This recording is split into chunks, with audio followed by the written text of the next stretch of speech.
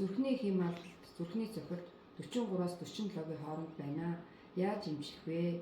Юу хэрэглэх вэ гэсэн асуулт байна.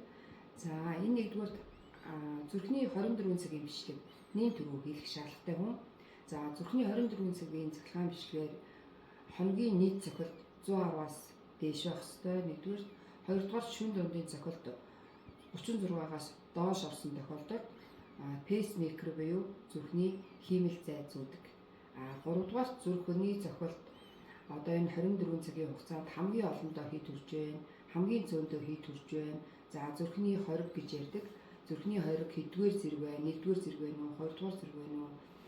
Гэдгээсээ хамаарат нарийн хямаалагдлын эмчилгээ шаардлагатай. Тийм болохоор та заавал зүрхний 24 цагийн бичлэг, зүрхний эхо хийлгээд зүрхний нарийн мэргэжлийн эмчийн хяналтанд эмчилгээгээ хийлгэсэн үр дүнтэй.